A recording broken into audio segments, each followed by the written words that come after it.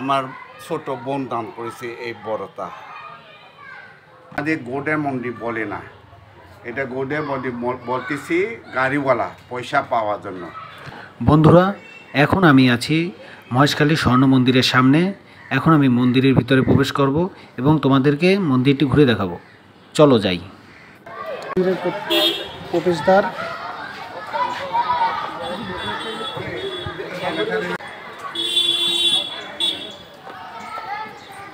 বৌদ্ধ মন্দির দেখার জন্য 10 টাকার টিকিট কাটতে হবে। আমরা টিকিট সংগ্রহ করে ভিতরে প্রবেশ করলাম। প্রবেশ করার সাথে সাথে একটি প্রাচীন কাঠের মন্দির, এই যে মন্দিরটা আমরা দেখতে পাচ্ছি, এটা হলো 350 বছর পুরানো মন্দির। সব জায়গায় 3টি ভাষায় লেখা আছে, একটা হলো বাংলা ভাষা, ইংরেজি ভাষা। এই হলো মেইন বিগ্রহ।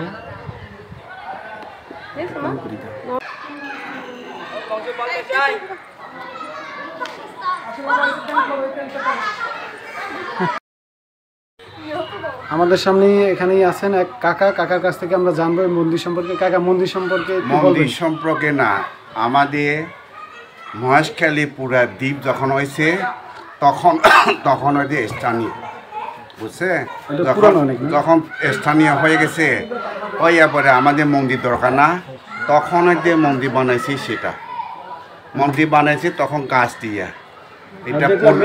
এটা পুরানো হয়ে আবার মেরামত করেছে সিমেন্ট দিয়ে। এটা কত বছর হয়েছে? 500-600 বছর কম না আমাদের এই মন্দির।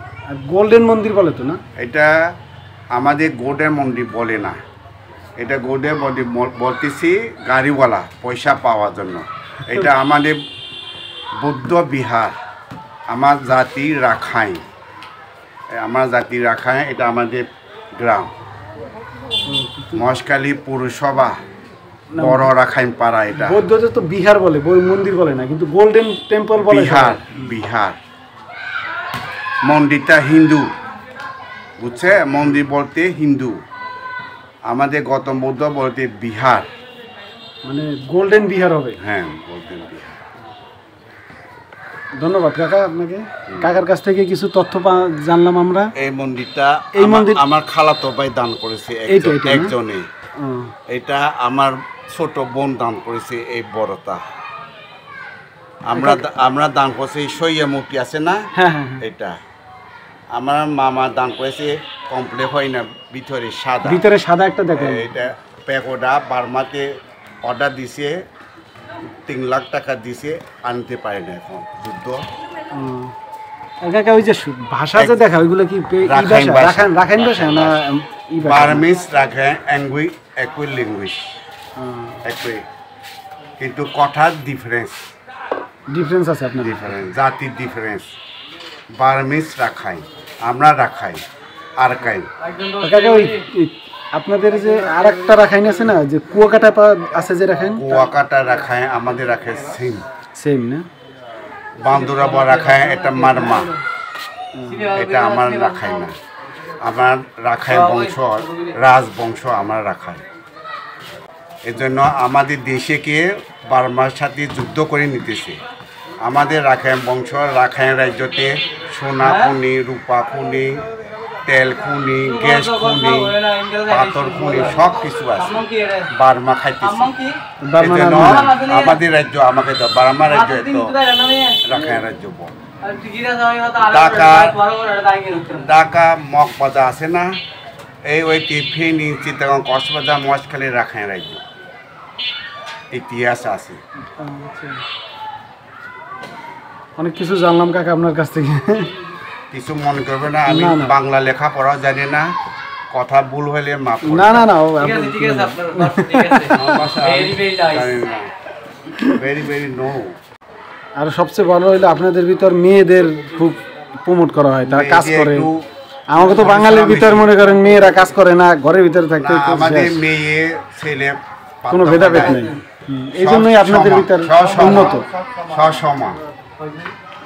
আমাদের মধ্যে তো দেখা যায় যে একটা মেয়ের চাকরি করা পর্যন্ত গ্রামে যদি থাকে, তার অনেক কষ্ট করতে হয়।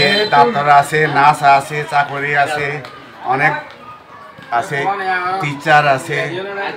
এটা হলো 350 বছরের পুরনো। এইদিকে আছে মন্দির কতগুলো।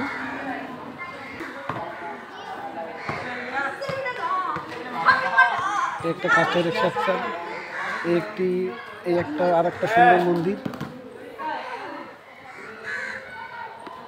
আমরা আস্তে আস্তে পুরোটাই ঘুরে দেখব। তো সব জায়গায় রাখাইন ভাষায় লেখা, সাইনবোর্ডগুলো রাখাইন ভাষায়।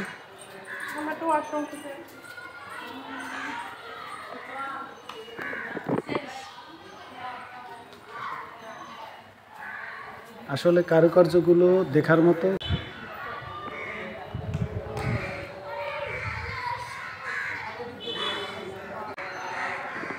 এই হলো আর একটা মন্দির।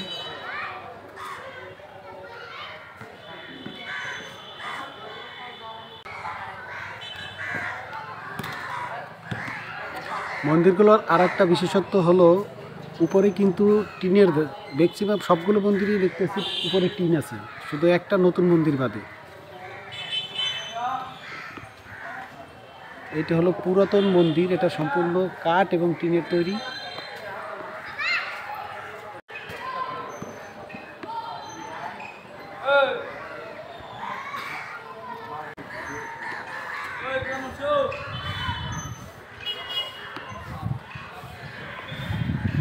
মন্দিরের এই দিকটা স্টিলের একটা স্ট্রাকচার আছে, স্ট্রাকচারটা সুন্দর।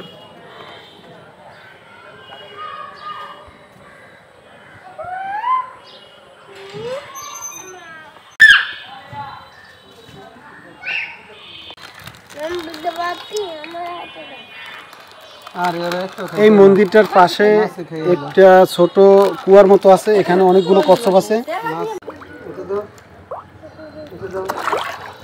দে দে, আমার হাতে দে, হাত দিয়ে খাওয়াবো।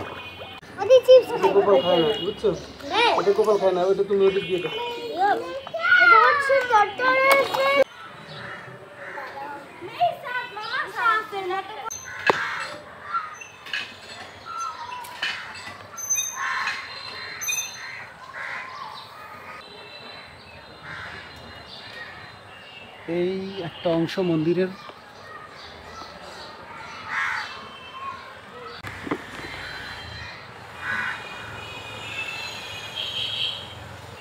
একটু পুকুরের মতো, আর এখানে ধ্যানরত বুদ্ধর প্রতিমা দেখতে পাচ্ছি।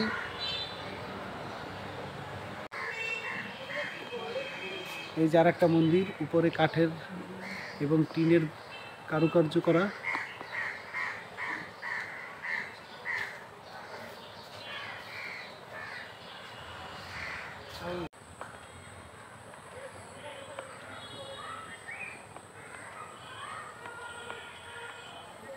মোটামুটি অনেক বড় স্থান নিয়ে মন্দিরটি তৈরি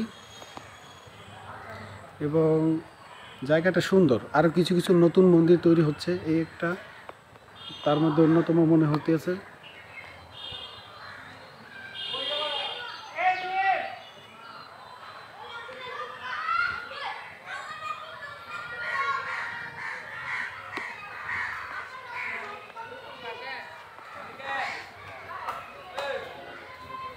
এই হলো মহেশখালী স্বর্ণ মন্দির।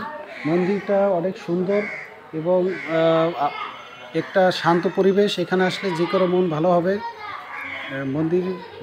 স্বর্ণ মন্দির মূলত যা দেখলাম ম্যাক্সিমাম স্ট্রাকচারই হলো গোল্ডেন কালার, এবং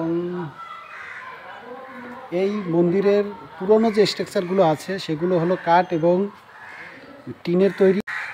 এখানে আসার জন্য মহেশখালী থেকে খুব সহজে আসতে পারো। এই জায়গাটা খুব সুন্দর এবং আসলে আশা করি সবার ভালো লাগবে।